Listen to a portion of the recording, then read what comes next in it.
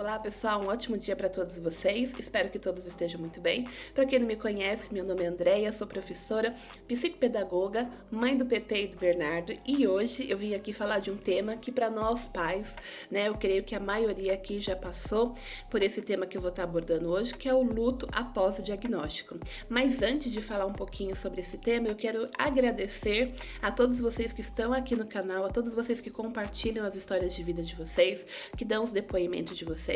Isso me deixa muito energizada, muito feliz, porque eu sei que tem vocês aqui me acompanhando, tem vocês compartilhando e a gente vai contribuindo junto com outras pessoas. A gente sabe que após um diagnóstico, muitas vezes, nós pais, né, nós cuidadores, nos sentimos muito sozinhos.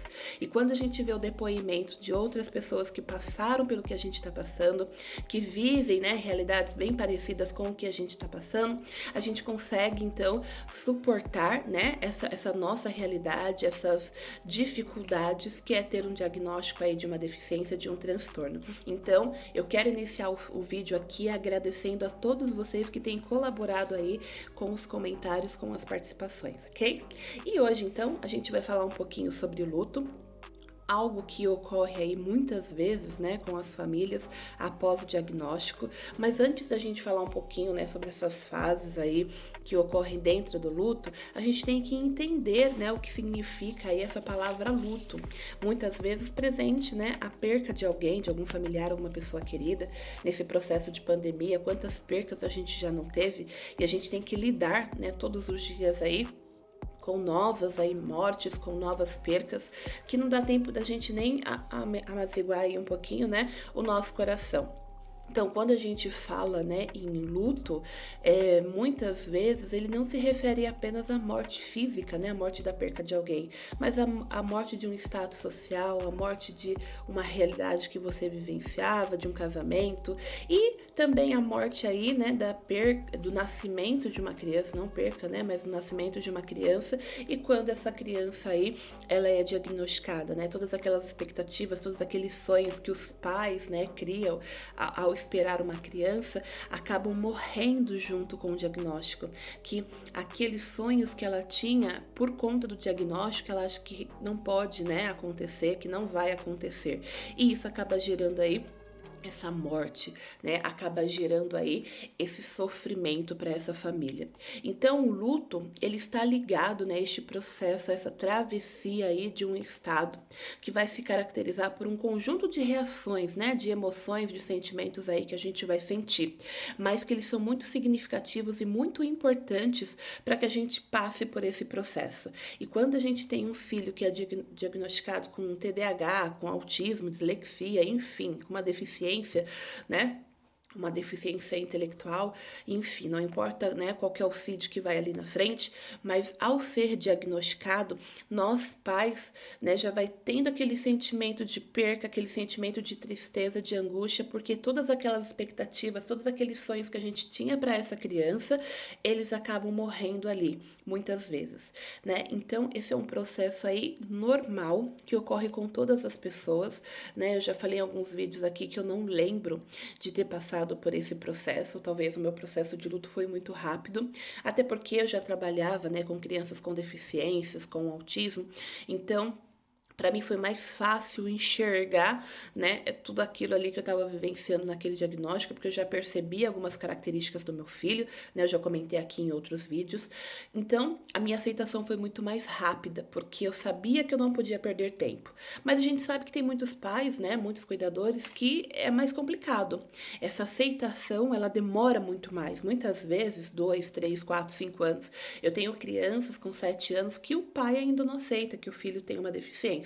E se a mãe não tivesse, né, tomado ali o pulso, né, em relação ao tratamento da criança, a criança até hoje, né, estaria aí sem o tratamento adequado. Por isso que é importante a gente passar por esse processo do luto, né, eu falo muitas vezes Para as pessoas que vêm conversar comigo, você quer chorar, chora, solta tudo, né? Porque a gente tem que soltar essas emoções que estão acumuladas, porque a gente sabe que não é fácil ter uma criança, né, dentro de um transtorno, dentro de uma deficiência. A gente sabe que é árduo, né, o tratamento. Nós, mães, principalmente, ficamos esgotadas, porque a maioria das vezes é a mulher que é responsável aí pelos cuidados dessa criança, né? Então, mulher em si acaba ficando muito mais esgotada, porque, né, no meu caso, eu tenho que trabalhar fora, eu tenho que cuidar das crianças, cuidar da casa e das terapias do meu filho, né? O meu marido me ajuda de vez em quando, mas não é aquela coisa assim mais, né, bonitinha todas as semanas e tal.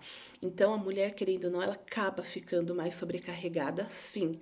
E quando você tem esse diagnóstico, essa mulher, né, começa a vir um monte de coisa, um monte de informação na sua cabeça, e aí vem esse processo de negação, não, esse médico tá errado, esse especialista está errado e vai procurando outras tentativas aí para tentar sair desse diagnóstico, né? Então, a negação é a primeira fase aí desse processo aí de luto que a gente passa após um diagnóstico. Depois vem a raiva, né? Deus, por que você fez isso comigo? Porque tá tudo contra mim, né? Porque o meu filho não pode ser uma criança normal como outras crianças, né? Aí vem as promessas, vem, enfim, né? Que são as barganhas, né? Segundo a psiquiatra Elizabeth Ross, no seu livro Morte e o Morrer, né? Que ela vai expressar um pouquinho aí dessas fases, né? Do luto que acaba ocorrendo, né? Não nessa ordem, mas para cada pessoa vai ocorrer de uma certa maneira, com uma determinada intensidade, uma determinada duração de tempo, né? E aí depende muito assim de como que a pessoa lida com tudo isso, né? Mas a gente acaba passando por todas essas fases aí. E aí depois é aquele processo depressivo, de tristeza, de angústia, de não saber o que fazer, até mesmo pela falta de conhecimento, né, em relação ao diagnóstico. A gente acaba muitas vezes se entregando à tristeza, sem ter reação, sem achar que o mundo acabou.